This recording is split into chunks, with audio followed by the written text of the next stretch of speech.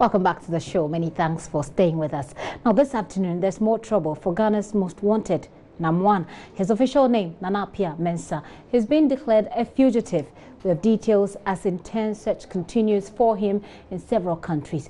We'll also be discussing one of the areas where Nam1 invested heavily, the entertainment industry, where he signed up top musicians, set up radio and TV stations, among others.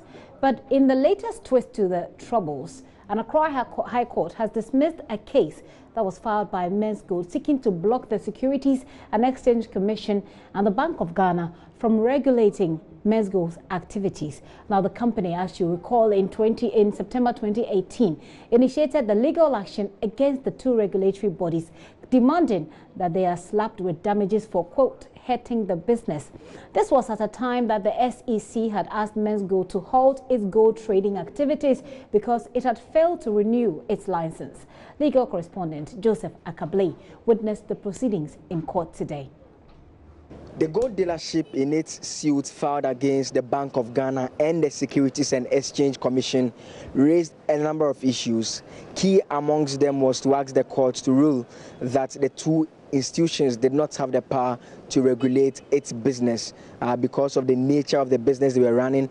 They didn't think that those institutions had the power to direct them to halt operations because they did not have a license for the gold trading activity they were engaged in.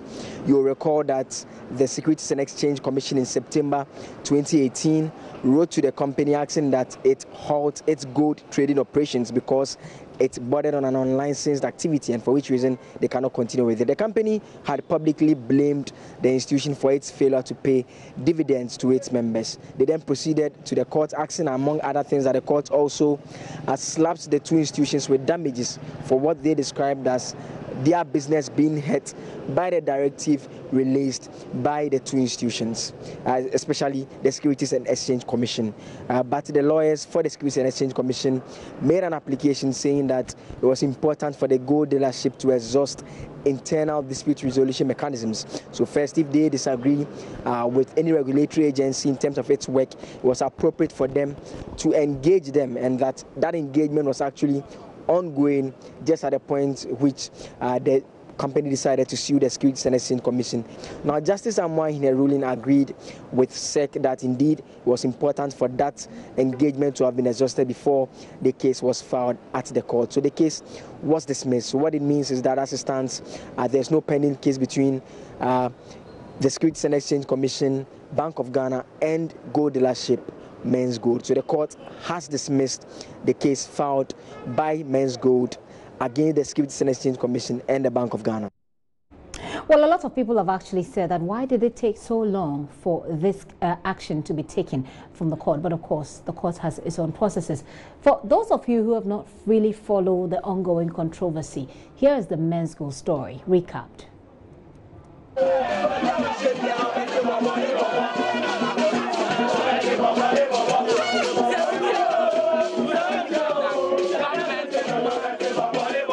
They hit the streets many times, demanding their locked-up investments. I want the government to intervene and force Nana Appiah Mensah to pay us back our hard-earned principal. I can't even sleep.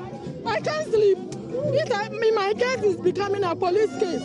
A police case because orphanage money is involved. They should give us our money. This was in sharp contrast with the position they had just 5 months back when the regulatory agencies issued warnings that the mysterious gold trading could not continue. But this has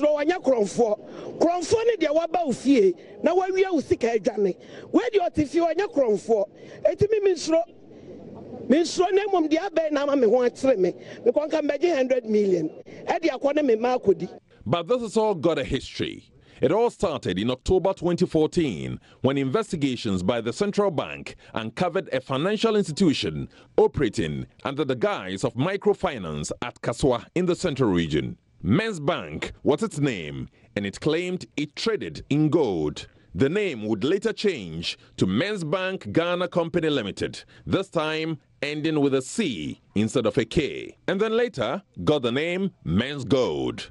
Within about 5 years of its operation, the company clashed with the Precious Minerals Marketing Company after it announced its license had expired. The Bank of Ghana waded into the controversy, warning investors to desist from handing deposits to the company. The Securities and Exchange Commission then went in to halt its operations. But Menzgold would fight back, going to court. Number one is not above the law. If he's doing something that is not good, that's to arrest him and bring him. Number one is not above the law. As the demand for his arrest gained traction, news was rife that he has simply absconded beyond the shores of Ghana. In the last 24 hours, the police has announced it's tried without success to locate and arrest Nam 1. We are aware that Nana Mensah is not in Ghana. So we have started the process of letting Interpol put him in the red notice. And now, an arrest warrant has been issued. The aggrieved customers are excited, but equally cautious. I was very, very elated, except that in Ghana, sometimes the leader, they start something and just for you to feel that they're about to do it, but they end up slipping. So all we're asking for is for them to start it from this moment and then conclude it. Lawyer Amanda Clinton, who represents some of these customers, had another concern. You know, my fear that there was a very sophisticated money laundering operation underway. Which now the CID is confirming. Confirmed, because we had reports from our insiders that they were asking traders within Ghana that they would buy their goods abroad and basically pick up the money in Accra.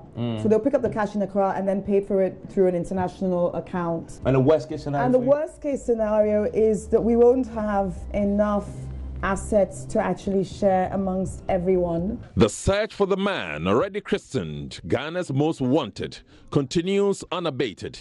And attention is equally on his wife Rose Tete and sister Benedicta Appiah, who were believed to be directors of Menzgold. But how soon will the relevant agencies lay hands on them and locate the millions of cedis in his gold? Well, bank vault.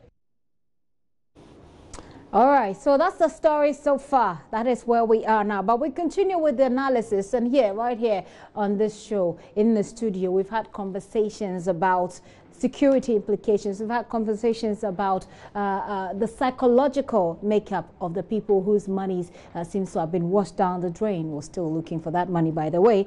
Let's have a bit more of those conversations. Now, two things I'm going to talk about. We'll look at the security implications going forward, and then we'll look at the area, one of the key areas that Nana Appiah Mensah invested heavily, the entertainment industry, all the people that he signed on. The question is, why?